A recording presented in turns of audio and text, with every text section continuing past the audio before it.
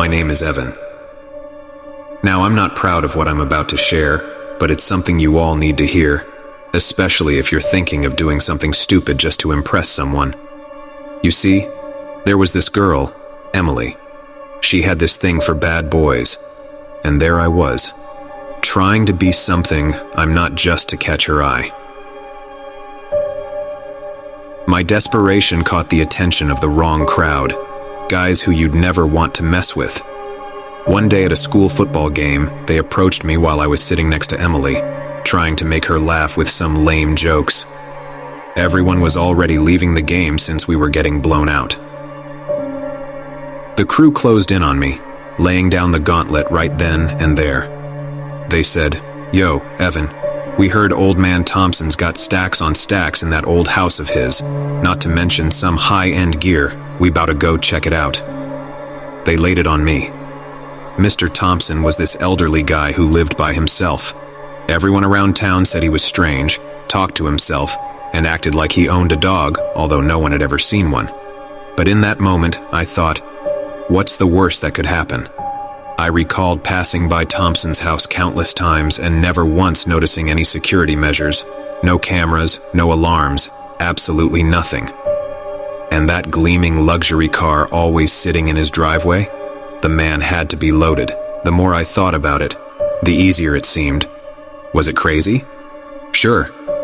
But part of me wanted to prove to Emily, and maybe even to myself, that I had what it took to pull this off. So, what's it gonna be? You in, or you out? They pressed. I caught Emily's eye. She was giving me this look. Even before this dare, I had a feeling she was into me. So I said I'm in.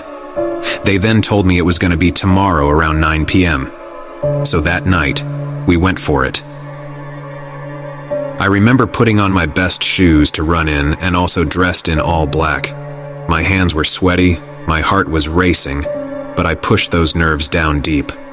Thompson's luxury car wasn't in the driveway, which we took as a sign that the coast was clear. We scaled his fence, and man, that thing was taller than normal, with these reinforced bars like he was keeping something in or out. As we landed on the other side, our feet barely grazing the grass, that's when we heard it.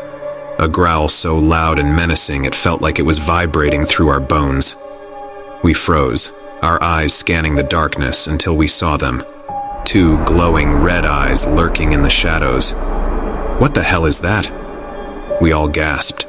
The air grew heavy, thick with an almost sulfuric smell, as if we had stepped into some kind of hellish dimension. We turned to bolt, and just as we did, the air thrust toward us like a shock wave of malevolent energy. We heard a snarl, and then the sound of paws pounding the earth, closing in fast. As I clambered up the fence, my heart hammering in my chest, I felt the hot, fetid breath of the creature on my heels. I was centimeters away from feeling its teeth sink into me when a scream pierced the air. It was Old Man Thompson, howling something indecipherable. In that moment, it felt like the creature hesitated, as if pulled back by some invisible leash. That split second was enough. I hurled myself over the fence, landing hard on the other side, my friends following suit. We didn't stop running until we were blocks away, far from the eyes of the mysterious creature and the screams of Old Man Thompson.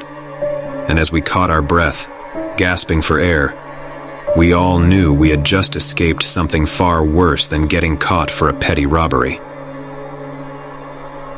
I never walked by Old Man Thompson's house again. After that night, I couldn't shake off what happened. I kept thinking about all those times I'd seen Mr. Thompson acting like he had a dog, but I'd never heard him call its name or seen it for myself. I just figured he was some eccentric old man who happened to be wealthy. But after that chilling encounter, I started doing some research on hellhounds. Turns out they're not just a myth or some crazy hallucination. What I found gave me chills. Hellhounds, guardians of the supernatural, omens of death. And as those eyes glared at us, red as the devil, it clicked.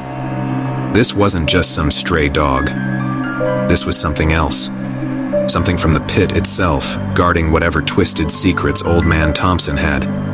and for the first time I started to wonder if impressing Emily was worth risking my life or my soul.